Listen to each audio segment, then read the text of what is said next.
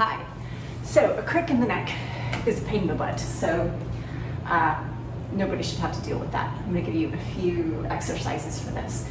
And the first one, we're going to use a yoga block. And if you don't have a yoga block, the stack of books about 4 inches high will do. So you're going to put it under your head like a pillow, with the back of your head on the block. And just relax the rest of your body. Push the back of your head into the block and lift your shoulder blades up. And then take your fingertips up toward the ceiling. We're going to slow down the breath here and breathe with closed lips. Turning the head gently to the right and to the left. Make sure that you're not sliding your head right and left, but that it's actually a roll right and left.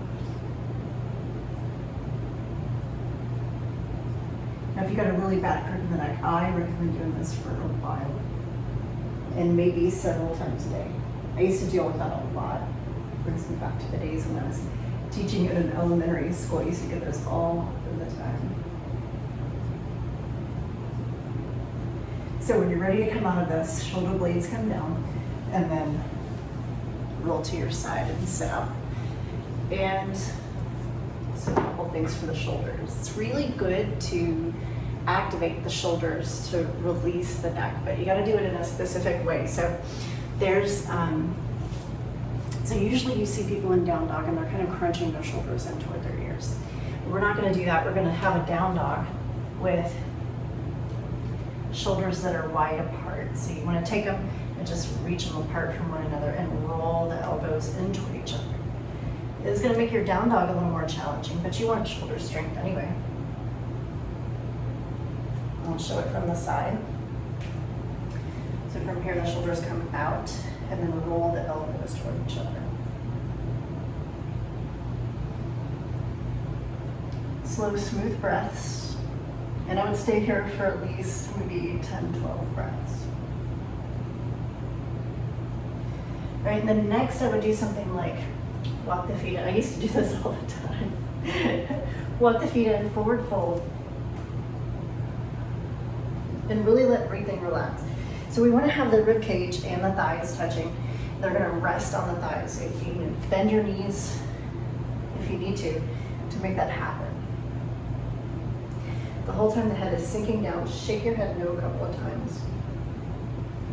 And then interlace your fingers and place your hands on the occiput, that back of the head, the part that sticks out like a light bulb. Pull the chin in toward the chest. And then maybe shake the head gently no, side to side. And again, you want to do this for about 10 to 12 breaths. And place a little weight in the hands. When the elbows pull in towards the ankles or the shins, you'll put a little bit more weight in your hands. Push down through your middle finger knuckles. And keep your shoulders away from your ears. And the more weight you put in those hands and arms, the more you'll start to decompress whatever's pinching back there in the shoulder blade area. So that pinching will start to go away, that compression. Right now we're going to take the hips down toward the mat. And for this next piece, we're going to use some yoga tune-up balls, or fascia balls, whatever you like to call them. So they're 2 balls and they come in this little tote. But if you don't have those, grab 2 tennis balls instead, and they should still do the trick. So we're going to start with these puppies out of the tote bag. And we're going to start putting them, actually we're going to start by putting them on the block. I've changed my mind. We're going to put them on the block right under, on either side of the neck, right below this ridge, the bottom of the skull, right below the bottom of the skull, so they're in the meaty part of the neck. And again, we're going to push down to lift the blades up. Shoulder blades are up, off the floor, and we're still going to do that roll right and left. All right, so this should be a nice little neck massage. And it's going to be above the area there where your crick begins but you want this, all this, this tissue, this fascial sheath to release. All right, now the next part, you go to taking the balls, and we're gonna put each one of them on this little area of the shoulder. So they go like this. One goes here, kind of right where the shoulder and the neck meet, and one goes here on the other side. All right, so we lie down to do that. And place them right under your knee. Now we're gonna use the block again. This time we're gonna put it under the hips. So again, if you don't have a block, a stack of books about 6 inches high will do it. We'll just slide that right there. And so now you've got some downward pressure here on the balls from your shoulders. And find a position that's comfortable here. We're just gonna roll gently side to side. And so if you think about your collarbone being horizontal, just a little horizontal shift, right and left. So I'd probably stay there quite a while. But for the sake of this video, we're going to come to the next piece. So we take this out, and then you'll take the balls in. Let me show you where they go. They go to the meaty part between shoulder blades. Now this is likely near the area where that pinched nerve is located. So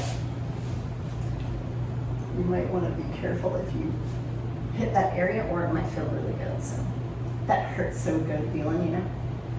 All right, now, downward pressure, lift the hips up into a bridge. And it doesn't have to be a high bridge. We're not concerned with, glute activation here right now. We're concerned with the shoulders.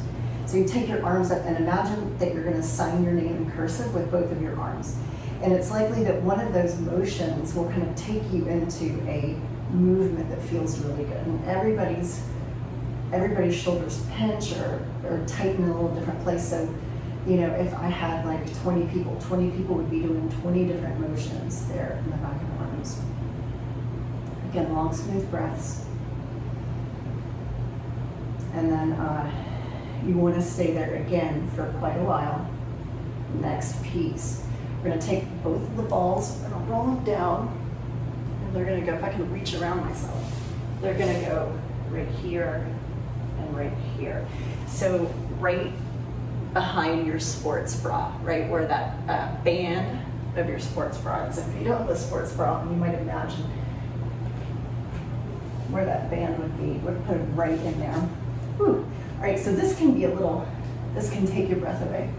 So make the face you're gonna make, and then relax your face and go back to your breathing. It can be intense. And we're gonna do a little squirming with this.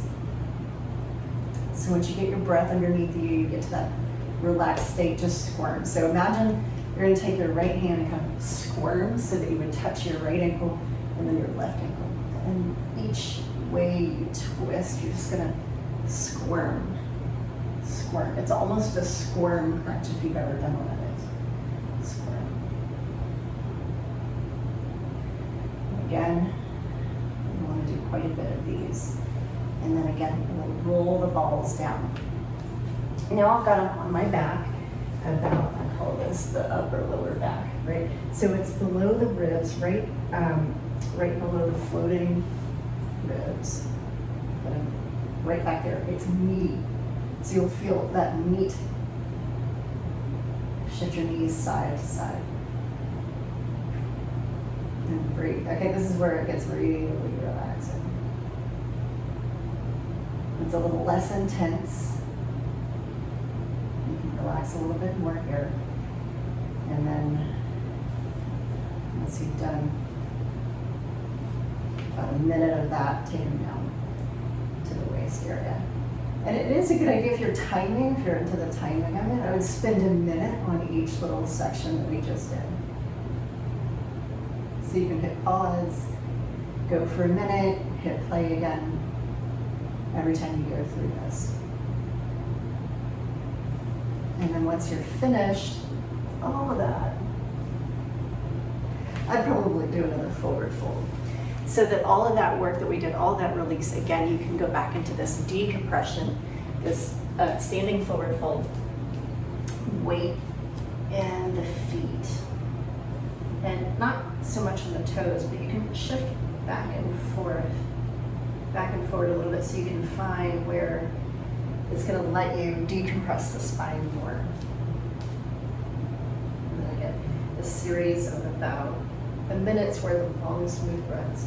Maybe even pulling the chin in toward the chest and taking the chin right and left.